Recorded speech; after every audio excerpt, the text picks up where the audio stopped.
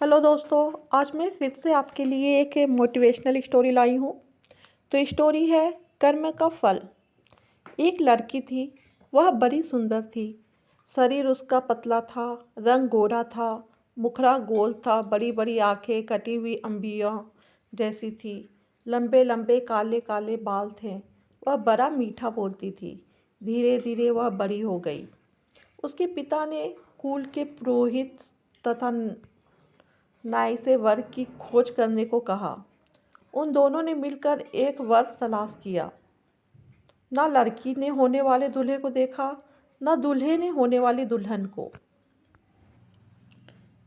धूमधाम से उनका विवाह हो गया। जब पहली बार लड़की ने पति को देखा तो उसकी बदसूरत शक्ल को देखकर वह बड़ी दुखी हुई। इसके विपरीत लड़का सुंदर लड़की को देखकर फूला ना समाया। रात होती तो लड़की की सास दूध हटाकर उसमें गुड़ या शक्कर मिलाकर बहू को कटोरा थमा देती और कहती, जा अपने पति को पिला पिला। वह कटोरा हाथ में लेकर पति के पास जाती और बिना कुछ बोले चुपचाप खड़ी हो जाती। उसका पति दूध का कटोरा ले लेता और पी जाता। इस तरह कई दिन बीत गए। हर रोज ऐसे ही होता। एक दिन उसका पति सोचने लगा, आखिर यह बोलती क्यों नहीं है। उसने निश्चय किया कि आज इसे बुलवाए बिना मानूंगा नहीं।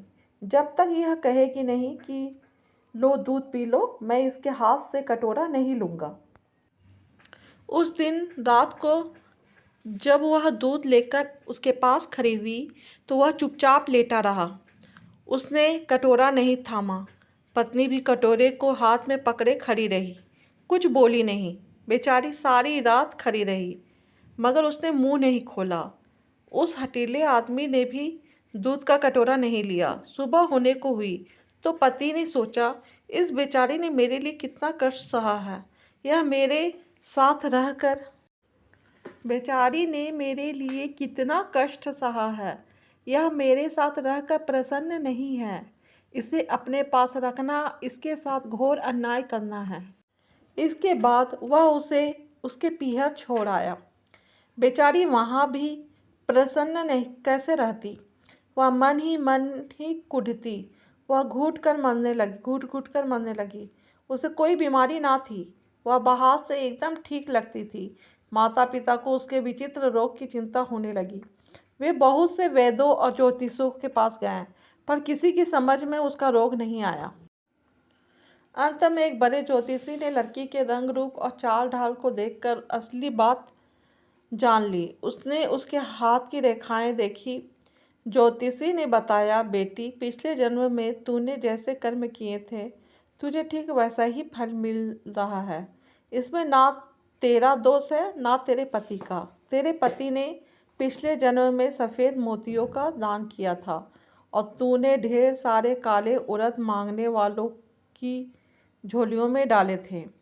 सफ़ेद मोतियों के दान के फल से तेरे पति को सुंदर पत्नी मिली है और तुझे उड़दों जैसा बदसूरत आदमी मिला है।